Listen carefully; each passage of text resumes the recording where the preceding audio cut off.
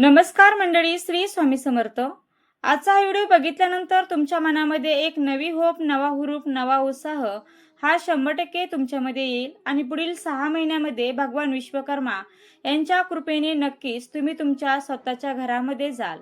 100% जाल। स्वतःवरती विश्वास ठेवा, स्वतःच्या भविष्यावर विश्वास ठेवा, गुरुवर विश्वास ठेवा, कुलस्वामिनीवरती विश्वास ठेवा आणि ही जी सेवा आहे ती तुम्ही करा। 100% पुढील 6 महिन्यामध्ये तुमचं स्वतःचं घर होईल। स्वतःचं घर विकून दुसरे घर घेणार असाल तरी देखील होईल आणि नवीन जागा घेणार असाल तरी देखील त्यामध्ये यश येईल।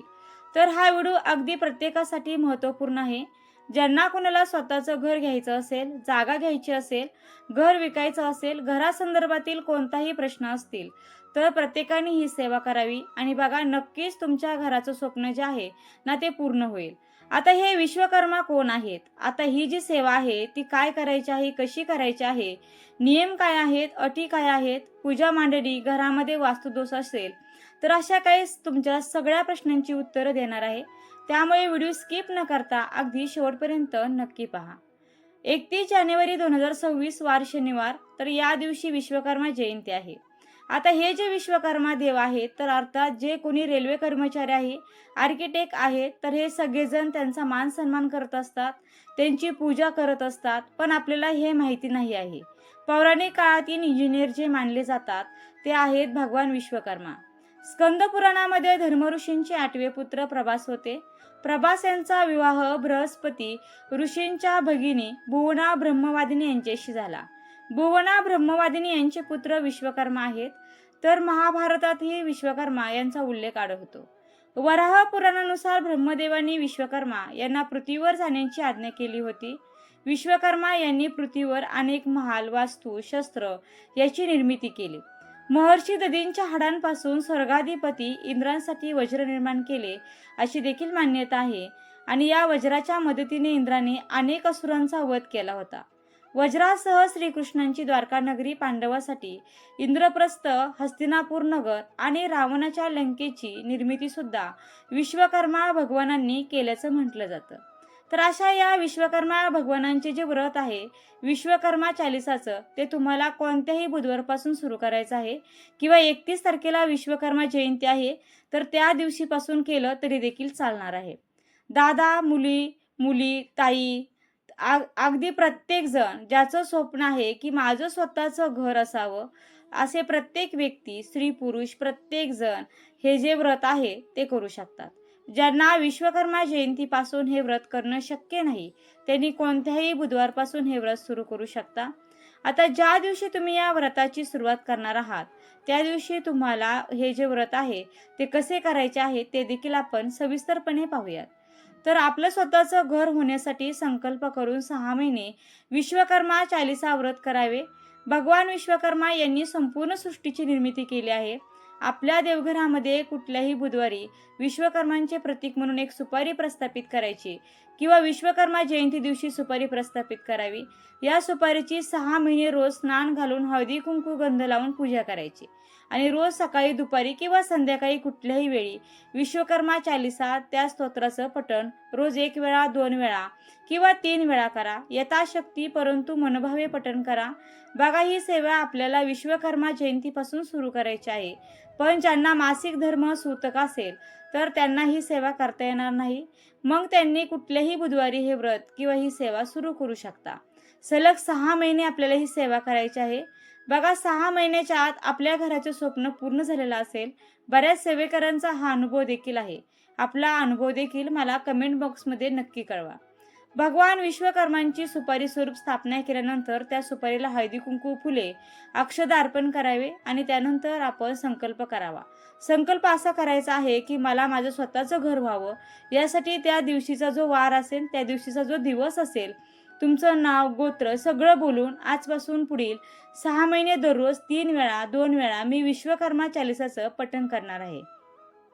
माझं स्वतःचं घर होऊन द्या. माझं स्वतःचं घर घेण्यासाठी ज्या काही अडचणी येत आहेत त्या दूर करून 6 महिन्यामध्ये मी माझ्या स्वतःच्या घरामध्ये असू द्या आणि या व्रताचं जे उद्यापन आहे तुमच्या आशीर्वादाने, तुमच्या कृपेने विश्वकर्मा भगवान माझे स्वतःच्या घरात या व्रताचं उद्यापन होऊ द्या, ही प्रार्थना करा आणि सेवेला सुरुवात करावी. शक्यतो विश्वकर्मांची चालिसाची जी वेळ आहे ती एकच ठेवा. एका दिवशी इकडे तिकडे झाली तर काही हरकत नाही, पण वेळ मात्र रोज एकच ठेवण्याचा प्रयत्न करावा. दिवसभरामध्ये तुम्हाला कधी वेळ असेल त्यानुसार तुम्ही वाचलं तरीही चालेल, पण 6 महिने वेळ जी आहे सेवेची ती एकच ठेवण्याचा प्रयत्न करावा. त्यामुळे तुम्हाला लवकर अनुभव यायला ही मदत होईल. मासिक पाळीमध्ये ही सेवा करता येणार नाही.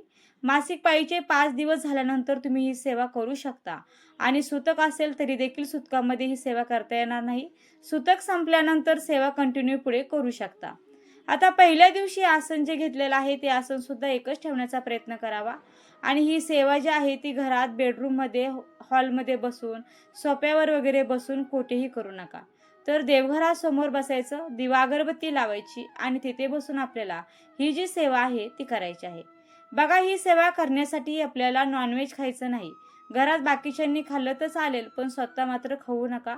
कारण आपल्या वास्तूसाठी आपण ही सेवा करत आहोत, तर त्या व्यक्तीने हे नॉनव्हेज वगैरे अजिबात खायचं नाहीये. तसेच तुम्ही बाहेरगावी वगैरे गेला तर खंड पडून द्यायचा नाही. बाहेरगावी देखील आपल्याला ही सेवा चालूच ठेवायची आहे. बाकी यासाठी कोणतेही नियम नाहीयेत. आता घरामध्ये वास्तुदोष असेल तर ही सेवा कशी करावी? खरं तर वास्तुदोष हा फक्त वास्तूमध्ये नाही तर माणसाने लावलेला हा दोष असतो. घरामध्ये कटकट भांडण सारखे नकारात्मकता बोलणे, याला त्याला वाईट बोलणे, शिवीगाळ करणे, याला त्याला मारणे, याने सुद्धा खूप जास्त प्रमाणात वास्तुदोष लागतो. मग त्याच्यासाठी आपली ही वागणूक, आपले हे वर्तणूक चांगलं असलं पाहिजे. पण एखाद्याच्या घरात जर चुकीच्या पद्धतीने किचन आहे किंवा टॉयलेट आहे, तुम्ही काहीच करू शकत नाही, तर तुम्ही तुमच्या वास्तूमध्ये 40 दिवसाची जर तुम्ही विश्वकर्मांची सेवा केली तर हळूहळू तो वास्तुदोष कमी होण्यास मदत होते. आता विश्वकर्मांची सेवा म्हणजे त्यांचे चालिसा दिवसातून 2 वेळा वाचावे. एक चालिसा वाचण्यासाठी अगदी 3 ते 4 मिनिटं लागतात. आता 31 जानेवारीला विश्वकर्मा जयंती असल्यामुळे आपल्याला छान पद्धतीने ती साजरी करायची आहे. ज्यांच्या घरामध्ये स्वामींच्या कृपेने कुठला दोष नाही त्यांनी देखील विश्वकर्मा चालिसा पठण करावं. एकदा करा, दोनदा करा, 5दा करा. तुमची इच्छा आणि असेल त्यानुसार तुम्ही करावी. आणि जर मासिक धर्म सुतक विटाळ असेल तर मात्र ही सेवा तुम्हाला करता येणार नाही. पण हो, ज्यांना स्वतःची वास्तू घ्यायची आहे त्यांनी विश्वकर्मा जयंतीपासून सेवेला लागा. ज्यांच्या स्वतःच्या घरात वास्तुदोष असेल त्यांनी देखील विश्वकर्मा जयंतीपासून सेवेला सुरुवात करू शकता. आता याचं उद्यापन कसं करायचं? तर 6 महिने सेवा झाली, समजा तुमचं काम जवळ आलं आहे, 6 महिने पूर्ण झालेले आहेत, मग मात्र तुम्ही पुढे सेवा चालू ठेवा आणि तुमचं काम झालं की पुरणावरणाचा स्वयंपाक करायचा, गोडाचा स्वयंपाक करायचा, नैवेद्य दाखवायचा. त्या दिवशी सुद्धा विश्वकर्मा चालिसाचं पठण करायचं आणि तुमच्या घराच्या आजूबाजूला जेथे कुठे एखादं मंदिर असेल तर त्या मंदिरामध्ये शिदा नेऊन द्यायचा आहे आणि तेथे कृतज्ञता व्यक्त करायची आहे की तुमच्या आशीर्वादाने, तुमच्या कृपेने माझं स्वतःचं घर झालं. तुम्हाला जर एखादं जोडपं वगैरे मिळालं तर ते सुद्धा तुम्ही घरी जेवायला घालू शकता आणि अगदी अशा साध्या सोप्या पद्धतीने उद्यापन करायचं आहे. बघा, ही अगदी साधी सोपी सेवा आहे पण खूप प्रभावी आहे.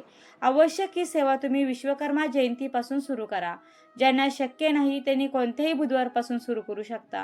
व्हिडिओ आवडला असेल तर व्हिडिओला नक्की लाईक करा, शेअर करा आणि चॅनलला सबस्क्राईब करायला मात्र विसरू नका. व्हिडिओ शेवटपर्यंत पाहिल्याबद्दल अगदी मनापासून तुमची खूप खूप आभारी आहे. धन्यवाद. श्री स्वामी समर्थ. जय जय स्वामी समर्थ. रामकृष्ण हरी. जय जय रामकृष्ण हरी. ओम नमो भगवते वासुदेवाय नमः.